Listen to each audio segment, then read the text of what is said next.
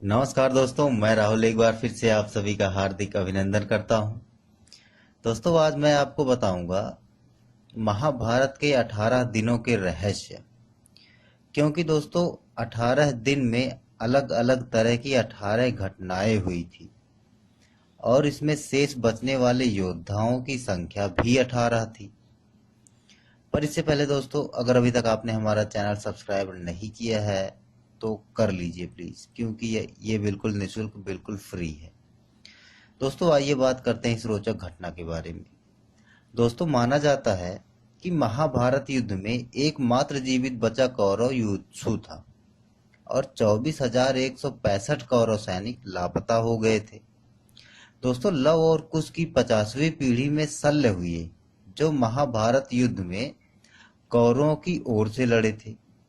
शोधानुसार जब महाभारत का युद्ध हुआ तब भगवान श्री कृष्ण की आयु 83 वर्ष की थी। दोस्तों, महाभारत युद्ध के 36 वर्ष बाद उन्होंने अपनी देह का त्याग किया था। दोस्तों, इसका मतलब 119 वर्ष की आयु में उन्होंने अपना देह त्याग किया था। भगवान श्री कृष्ण द्वापर के अंत और कलयुग के आरंभ के संधि काल में विद्यमान थे। दोस्तों, ज्योतिष गणना के अनुसार कलयुग के आरंभ शक संवत से 3176 वर्ष पूर्व की चैत्र शुक्ल एकम प्रतिपदा को हुआ था। दोस्तों, वर्तमान में 1936 शक संवत चल रहा है। इस प्रकार कलयुग को आरंभ हुए लगभग 5112 वर्ष हो गए हैं।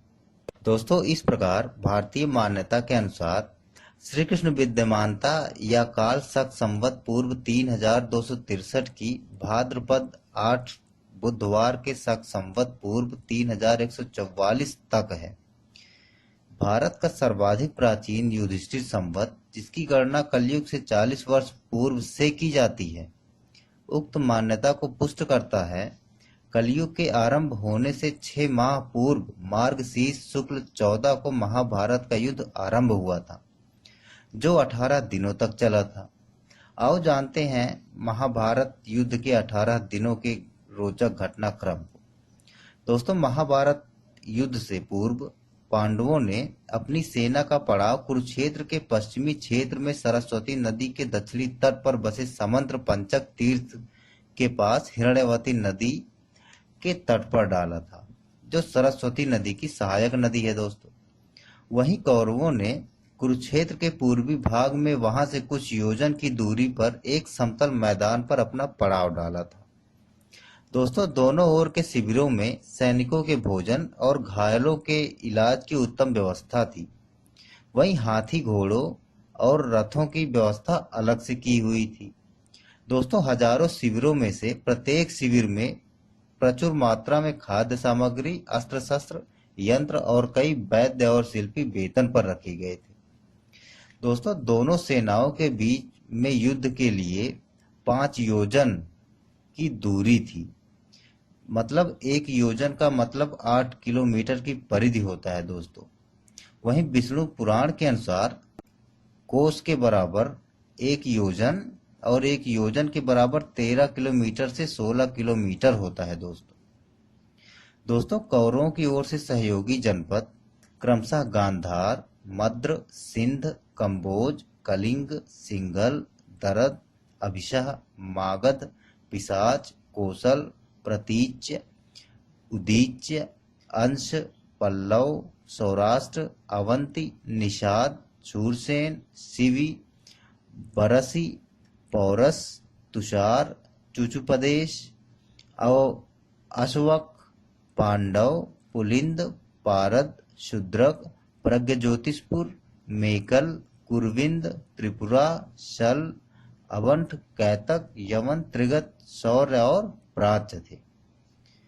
वहीं कौरवों की ओर से लड़ने वाले योद्धाओं में क्रमशः भीम, दुर्योधन, द्रोणाचार्य, कृपाचार्य, कर्ण, अश्वत्थामा, मद्र नरेश, शल्य, भूरिश्रवा, अलम्बुश, कृतवर्मा, कलिंगराज, श्रुतायुध, शकुनी, भगदत्त, जयद्रथ, बिंद अनुबिंद, कंबोजराज, सुदक्षिण, बृहद्बल और दुर्योधन के 99 भाइयों सहित हजारों अन्य योद्धा। दोस्तों वहीं पांडवों की ओर से लड़ने वाले जनपद क्रमशः पांचाल, चेदी, काशी, करुष, मत्स्य, केकय, सृजय, दक्षिणार्ध, सोमक, कुंती, अनाप्त, दशेरक, भद्रद्रक, अनुपक, किरात, पट्टचर, तित्तिर, चोर, पांडय, अग्निवेश, हुंड, दानभारी, शवर, उद्धस, वत्स, पौंड्र, पिशाच, पुंड्र, कुंड्रविष, मारुत, धेनुक, तंगत और पारंग परंतंगड़ थे। दोस्तों वहीं पांडवों की ओर से लड़ने वाले योद्धाओं में क्रमशः भीम, नकुल, सहदेव, युधिष्ठिर, अर्जुन, द्रौपदी के पांचों पुत्र, सात्यकी, उत्तमौजा, विराट, द्रुपद, धृष्टद्युम्न, अभिमन्यु, पांडयराज, घटोत्कच, शिखंडी, युयुत्सु, कुंतीभोज, उत्तमौजा, सौभ्य और अनूपराज नील थे।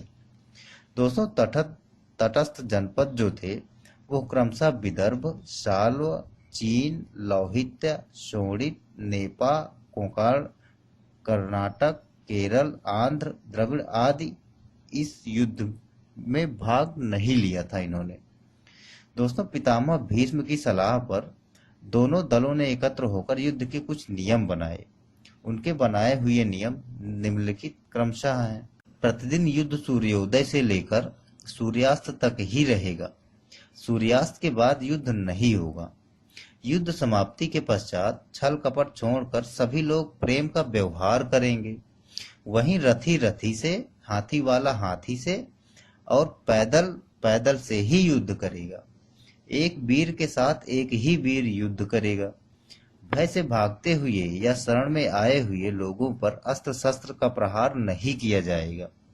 जो वीर निहत्था हो जाएगा उस पर भी कोई अस्त्र शस्त्र नहीं उठाएगा। दोस्तों अंतिम था, युद्ध में सेवक का काम करने वालों पर कोई अस्त्र शस्त्र नहीं उठाएगा। दोस्तों इन सारे नियमों के साथ प्रथम दिन का युद्ध शुरू होता है। दोस्तों प्रथम दिन का युद्ध। प्रथम दिन के युद्ध में एक ओर जहां भगवान कृष्ण अर्जुन को गीता उपदेश दे रहे थे, वहीं दूसरी ओर भीष्म पितामह ने सभी योद्धाओं को कहा कि अब युद्ध शुरू होने वाला है। इस समय जो भी योद्धा अपना खेमा बदलना चाहे वह स्वतंत्र है। वह जिसकी तरफ से भी चाहे युद्ध कर सकता है। इस घोषणा के बाद धृतराष्ट्र का पुत्र युधिष्ठिर डंका बजाते हुए कौरवों का दल छोड़ पांडवों के खेमे में शामिल हो जाता है। ऐसा युधिष्ठिर के क्रियाकलापों के कारण संभव हुआ था। दोस्तों श्री कृष्ण के उपदेश के बाद अर्जुन ने देवदत्त नामक शंख बजाकर युद्ध की घोषणा की। दोस्तों इस दिन 10,000 सैनिकों की मृत्यु हुई थी। भीम ने दुशासन पर आक्रमण किया। अभिमन्यु ने भीष्म का धनुष और रथ का दंडध्वज काट दिया। पहले दिन की समाप्ति पर पांडव पक्ष को भारी नुकसान उठाना पड़ा था। विराट, नरेश के पुत्र उत्तर और श्वेत क्रमशः शल्य और भीष्म के द्वारा मारे गए थे। भीष्म द्वारा उनके कई सैनिकों का वध कर दिया गया था। दोस्तों पहले दिन पांडव पक्ष को काफी नुकसान उठाना पड़ा और कौरवों का पक्ष मजबूत रहा था। दोस्तों दूसरे दिन का युद्ध। कृष्ण के उपदेश के बाद अर्जुन तथा भीष्म, धृष्टद्युम्न तथा द्रोण के मध्य युद्ध हुआ। सात्यकी ने भीष्म के सारथी को घायल कर दिया। वहीं द्रोणाचार्य ने धृष्टद्युम्न को कई बार हराया और उनके कई धनुष काट दिए गए। भीष्म द्वारा अर्जुन और कृष्ण को कई बार घायल किया गया। इस दिन भीम का कलिंगों और निषादों से युद्ध हुआ था तथा भीम द्वारा सहस्त्रों कलिंग और निषाद मार गिराए गए थे। अर्जुन ने भी भीष्म को भीषण संहार मचाने से रोके रखा। दोस्तों कौरवों की ओर से लड़ने वाले कलिंग राज भानुमान, केतुमान, अन्य कलिंग वीर योद्धा मारे गए थे। दोस्तों दूसरे दिन कौरवों को नुकसान उठाना पड़ा और पांडवों का पक्ष मजबूत रहा था। तीसरे दिन का युद्ध। दोस्तों कौरवों ने गरुण तथा पांडवों ने अर्धचंद्राकार जैसी सैन्य व्यूह की रचना की। कौरवों की ओर से दुर्योधन तथा पांडवों की ओर से भीम व अर्जुन सुरक्षा कर रहे थे। इस दिन भीम ने घटोत्कच के साथ मिलकर दुर्योधन की सेना को युद्ध से भगा दिया। यह देखकर भीष्म भीषण संहार मचा देते हैं। श्री कृष्ण अर्जुन को भीष्म वध करने को कहते हैं, परंतु अर्जुन उत्साह से युद्ध नहीं कर पाता। जिससे श्री कृष्ण स्वयं भीष्म को मारने के लिए उद्यत हो जाते हैं। परंतु अर्जुन उन्हें प्रतिज्ञा रूपी आश्वासन देकर कौरव सेना का भीषण संहार करते हैं। वह एक दिन में ही समस्त प्राच्य, सौवीर, शूद्रक और मालव क्षत्रिय गणों को मार गिराते हैं। दोस्तों, भीम के बाण से दुर्योधन अचेत हो गया और तभी उसका सारथी रथ लेकर वहां से भाग जाता है। भीम ने सैकड़ों सैनिकों को मार गिराया। इस दिन भी कौरवों को ही अधिक क्षति उठानी पड़ी थी। उनके प्राच्य, सौवीर, शूद्रक और मालव वीर योद्धा मारे जाते हैं। दोस्तों, इस दिन दोनों ही पक्षों ने डटकर मुकाबला किया था। दोस्तों, चौथे दिन का युद्ध। चौथे दिन भी कौरवों पक्ष को भारी नुकसान उठाना पड़ा। इस दिन कौरवों ने अर्जुन को अपने बाणों से ढक दिया, परंतु अर्जुन ने सभी को मार भगाया। भीम ने तो इस दिन कौरवों की सेना में हाहाकार मचा के रख दिया था। दुर्योधन ने अपनी गत सेना भीम को मारने के लिए भेजा, परंतु घटोत्कच की सहायता से भीम ने उन सबका नाश कर दिया और 14 कौरवों को भी मार गिराया। परंतु राजा भगदत्त द्वारा जल्द ही भीम पर नियंत्रण पा लिया गया।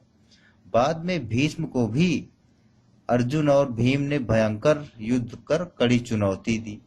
दोस्तों, इस दिन कौरवों को भारी नुकसान उठाना पड़ा और पांडवों का पक्ष मजबूत रहा था। अगला है 5वें दिन का युद्ध। श्री कृष्ण के उपदेश के बाद युद्ध की शुरुआत हुई और फिर भयंकर मारकाट मची। दोनों ही पक्षों के सैनिकों का भारी संख्या में वध हुआ। इस दिन भीष्म ने पांडव सेना को अपने बाणों से ढक दिया। उस पर रोक लगाने के लिए क्रमशः अर्जुन और भीम ने उनसे भयंकर युद्ध किया। सात्यकी ने द्रोणाचार्य को भीषण संहार करने से रोके रखा। भीष्म द्वारा सात्यकी को युद्ध क्षेत्र से भगा दिया गया। सात्यकी के 10 पुत्र मारे गए थे। दोस्तों, इस दिन दोनों ही पक्षों ने डटकर मुकाबला किया था। अगला है 6ठे दिन का युद्ध। दोस्तों, कौरवों ने क्रोंच व्यूह तथा पांडवों ने मकर व्यूह के आकार की सेना कुरुक्षेत्र में उतारी। भयंकर युद्ध के बाद द्रोण का सारथी मारा गया। युद्ध में बार बार अपनी हार से दुर्योधन क्रोधित होता रहा, परंतु भीष्म पितामह उसे डांडत बंधाते रहे। अंत में भीष्म द्वारा पांचाल सेना का भीषण संहार किया गया। दोस्तों, इस दिन भी दोनों ही पक्षों ने डटकर मुकाबला किया था। 7वें दिन का युद्ध। दोस्तों, 7वें दिन कौरवों द्वारा मंडलाकार व्यूह की रचना और पांडवों ने ब्रज व्यूह की आकृति की सेना लगाई। मंडलाकार में एक हाथी के साथ 7 रथ और एक रथ की रक्षार्थ 7 अवरोही, एक अवरोही के रक्षार्थ 7 धनुर्धर तथा एक धनुर्धर के रक्षार्थ 10 सैनिक लगाए गए थे। सेना के मध्य दुर्योधन था। वज्राकार में 10 मोर्चों पर घमासान युद्ध हुआ। इस दिन अर्जुन अपनी युक्ति से कौरव सेना में भगदड़ मचा देता है। धृष्टद्युम्न दुर्योधन को युद्ध में हरा देता है। अर्जुन पुत्र इरावन द्वारा बिंद और अनबिंद को हरा दिया जाता है। दोस्तों, भगदत्त घटोत्कच को और नकुल सहदेव मिलकर शल्य को युद्ध से भगा देते हैं। यह देखकर एक बार भीष्म फिर से पांडव सेना का भयंकर संहार करते हैं। विराट पुत्र शंख के मारे जाने से इस दिन कौरव पक्ष की क्षति होती है। दोस्तों, इन दोनों ही पक्षों ने इस दिन भी डटकर मुकाबला किया था। अगला है 8वें दिन का युद्ध। दोस्तों, कौरवों ने कछुआ व्यूह तो पांडवों ने 3 शिखरों वाला व्यूह रचा। पांडव पुत्र भीम धृतराष्ट्र के 8 पुत्रों का वध कर देते हैं। अर्जुन की दूसरी पत्नी उलूपी के पुत्र इरावन का बकासुर के पुत्र अस्त्रयांश मतलब अलम्बुस के द्वारा वध कर दिया जाता है। दोस्तों, घटोत्कच द्वारा दुर्योधन पर शक्ति का प्रयोग होता है, परंतु बंग नरेश ने दुर्योधन को हटाकर शक्ति का प्रहार स्वयं के ऊपर ले लिया और बंग नरेश की मृत्यु हो गई। इस घटना से दुर्योधन के मन में मायावी घटोत्कच के प्रति भय व्याप्त हो जाता है। तब भीष्म की आज्ञा से भगदत्त घटोत्कच को हराकर भीम, युधिष्ठिर व अन्य पांडव सैनिकों को पीछे ढकेल देता है। दिन के अंत तक भीमसेन धृतराष्ट्र के 9 और पुत्रों का वध कर देता है।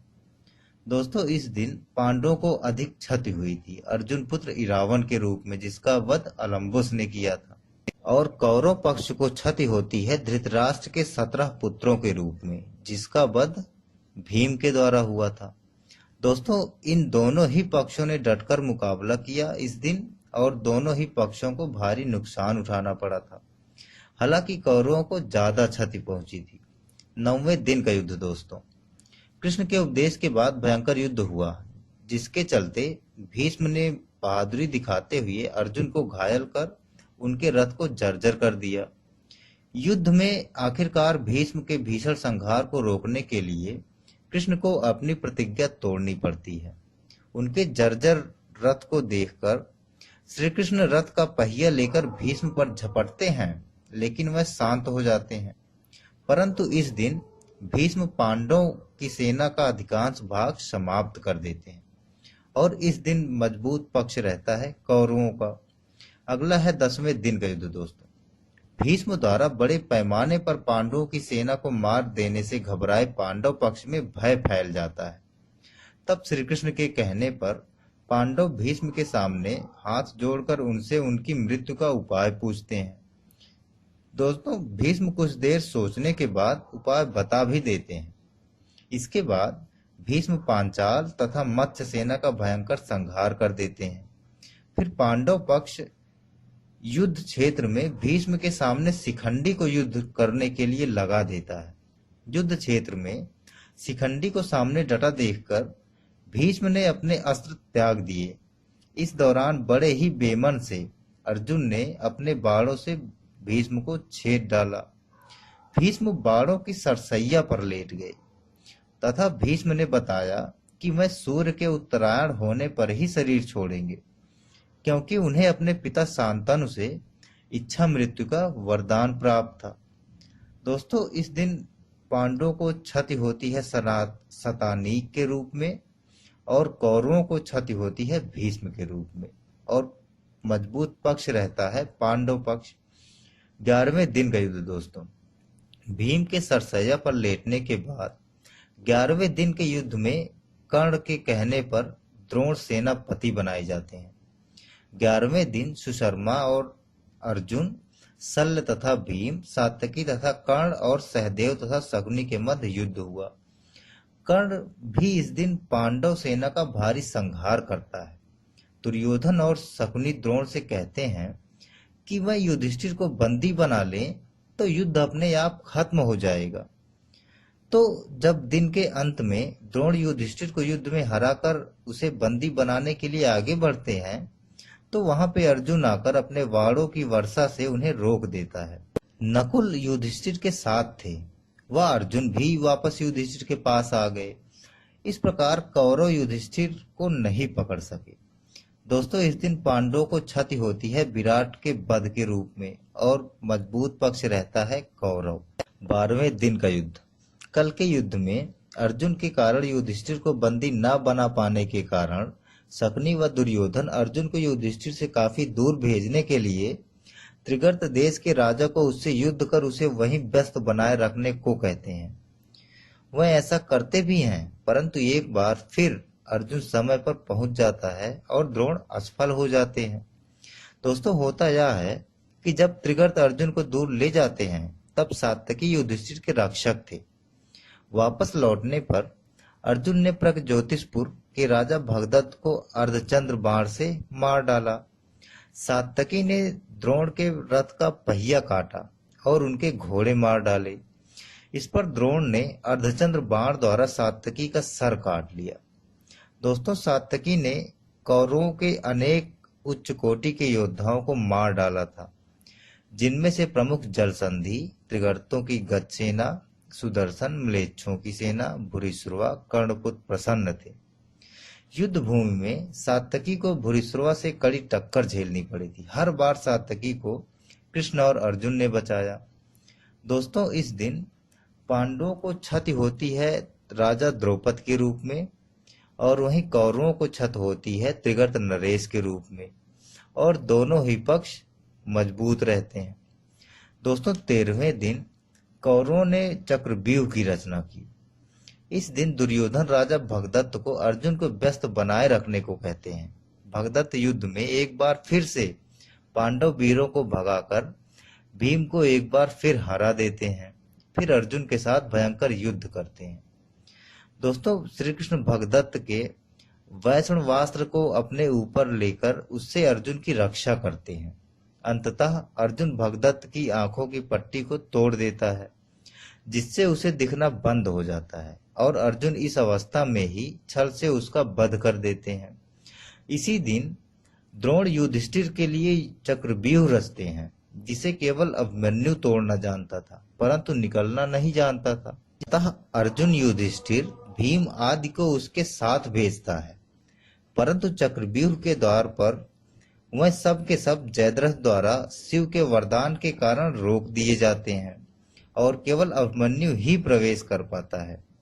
ये लोग कहते हैं कि अभिमन्यु का वध कर्ण के कहने पर 7 महारथियों कर्ण, जयद्रथ, द्रोण, अश्वत्थामा, दुर्योधन, लक्ष्मण तथा शकुनी ने एक साथ अभिमन्यु पर आक्रमण किया। लक्ष्मण ने जो गदा अभिमन्यु के सिर पर मारी, वही गदा अभिमन्यु ने लक्ष्मण को फेंक कर मारी। इससे दोनों की मृत्यु उसी समय हो जाती है। अभिमन्यु के मारे जाने का समाचार सुनकर जयद्रथ को कल सूर्यास्त से पूर्व मारने की अर्जुन ने प्रतिज्ञा की, अन्यथा वह अग्नि समाधि ले लेने का वचन देते हैं। दोस्तों, इस दिन अभिमन्यु के रूप में पांडवों को क्षति होती है और मजबूत पक्ष कौरव रहता। 14वें दिन का युद्ध। अर्जुन की अग्नि समाधि वाली बात सुनकर कौरव पक्ष में हर्ष व्याप्त हो जाता है और फिर वह यह योजना बनाते हैं कि आज युद्ध में जयद्रथ को बचाने के लिए सब कौरव योद्धा अपनी जान की बाजी लगा देंगे।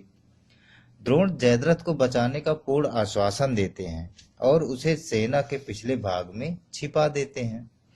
दोस्तों, युद्ध शुरू होता है। भूरिश्रवा सात्यकी को मारना चाहता था, तभी अर्जुन ने भूरिश्रवा के हाथ काट दिए। वह धरती पर गिर पड़ा।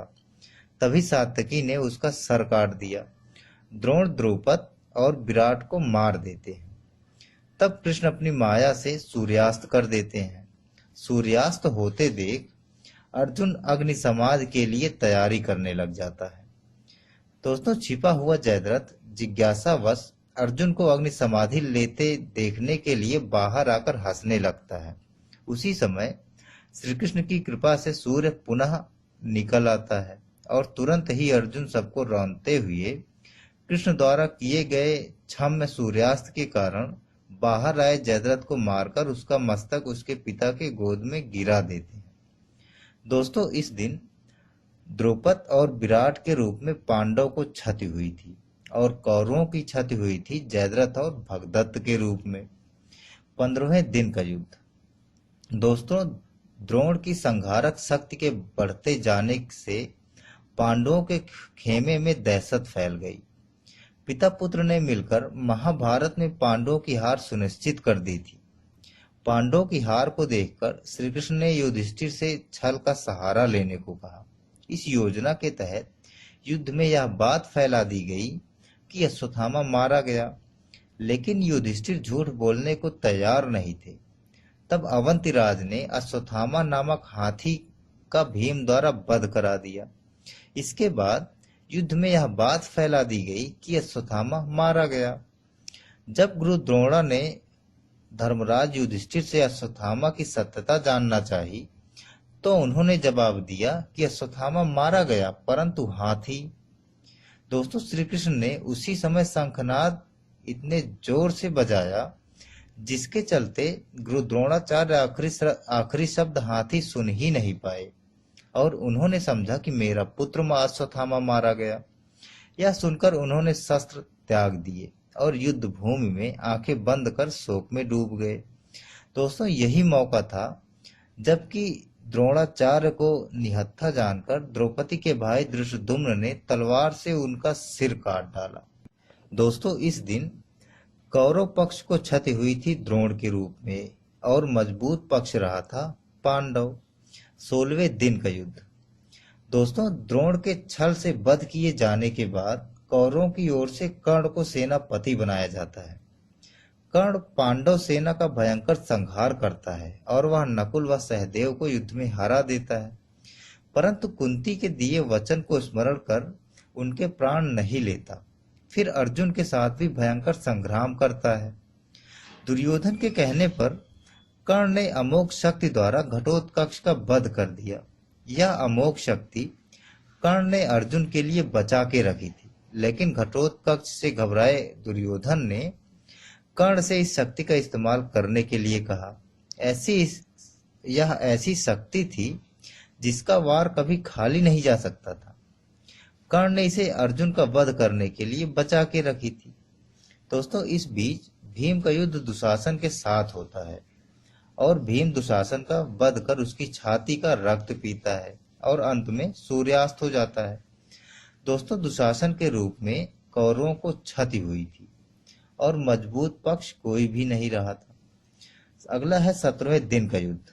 दोस्तों, शल्य को कर्ण का सारथी बनाया गया। इस दिन कर्ण भीम और युधिष्ठिर को हराकर कुंती को दिए वचन को स्मरण कर उनके प्राण नहीं लेता। बाद में वह अर्जुन से युद्ध करने लग जाता है। कर्ण तथा अर्जुन के मध्य भयंकर युद्ध होता है। कर्ण के रथ का पहिया धंसने पर श्री कृष्ण के इशारे पर अर्जुन द्वारा असहाय अवस्था में कर्ण का वध कर दिया जाता है। इसके बाद कौरव अपना उत्साह हार बैठते हैं। दोस्तों, उनका मनोबल टूट जाता है। फिर शल्य प्रधान सेनापति बनाए गए, परंतु उनको भी युधिष्ठिर दिन के अंत में मार देते हैं। दोस्तों, इस दिन कौरवों को कर्ण, शल्य और दुर्योधन के 22 भाइयों के वध से भारी क्षति पहुंचती है और मजबूत पक्ष पांडव रहते हैं। अगला है 18वें दिन का युद्ध। 18वें दिन कौरवों के 3 योद्धा शेष बचे, अश्वत्थामा, कृपाचार्य और कृतवर्मा। इसी दिन अश्वत्थामा द्वारा पांडवों के वध की प्रतिज्ञा ली गई। सेनापति अश्वत्थामा तथा कृपाचार्य के कृतवर्मा द्वारा रात्रि में पांडव शिविर पर हमला कर दिया जाता है। अश्वत्थामा ने सभी पांचालों, द्रौपदी के 5 पुत्रों धृष्टद्युम्न तथा शिखंडी आदि का वध किया। पिता को छल पूर्वक मारे जाने का जानकर अश्वत्थामा दुखी होकर क्रोधित हो गए और उन्होंने ब्रह्मास्त्र का प्रयोग कर दिया, जिससे युद्ध भूमि शमशान भूमि में बदल गई। दोस्तों, यह देखकर श्री कृष्ण ने उन्हें कलयुग के अंत तक कोढ़ी के रूप में जीवित रहने का श्राप दे डाला। इस दिन भीम दुर्योधन के बचे हुए भाइयों को मार देता है। सहदेव शकुनी को मार देता है और अपनी पराजय हुई जान दुर्योधन भागकर सरोवर के स्तंभ में जा छिपता है। इसी दौरान बलराम तीर्थ यात्रा से वापस आ गए और दुर्योधन को निर्भय रहने का आशीर्वाद दे दिया। छिपे हुए दुर्योधन को पांडवों द्वारा ललकारे जाने पर वह भीम से गदा युद्ध करता है और छल से जंघा पर प्रहार किए जाने से उसकी मृत्यु हो जाती है। इस तरह पांडव विजयी होते हैं। दोस्तों, इस दिन द्रौपदी के 5 पुत्र धृष्टद्युम्न और शिखंडी के रूप में पांडवों को क्षति पहुंची थी और कौरवों को दुर्योधन के रूप में क्षति पहुंची थी। कुछ यादव युद्ध में और बाद में गांधारी के शाप के चलते आपसी युद्ध में मारे गए। पांडव पक्ष के विराट और विराट के पुत्र उत्तर शंख और श्वेत सात्यकी के 10 पुत्र, अर्जुन पुत्र इरावन, द्रौपदी के 5 पुत्र धृष्टद्युम्न, शिखंडी, कौरव पक्ष के कलिंगराज भानुमान, केतुमान, अन्य कलिंगवीर, प्राच्य, सौवीर, शूद्रक और मालववीर। दोस्तों, कौरवों की ओर से धृतराष्ट्र के दुर्योधन सहित सभी पुत्र भीष्म, त्रिगर्त नरेश, जयद्रथ, भगदत्त, द्रोण, दुशासन, कर्ण, शल्य आदि सभी योद्धा मारे गए। युधिष्ठिर ने महाभारत युद्ध की समाप्ति पर बचे हुए मृत सैनिकों का चाहे वह मित्र वर्ग का हो या शत्रु वर्ग का हो, दोनों का दाह संस्कार एवं तर्पण किया था। इस युद्ध के बाद युधिष्ठिर को राज्य, धन, वैभव और अन्य चीजों से वैराग्य हो गया। कहते हैं कि महाभारत के बाद अर्जुन अपने भाइयों के साथ हिमालय पर चले गए और वहीं उनका देहांत हो गया।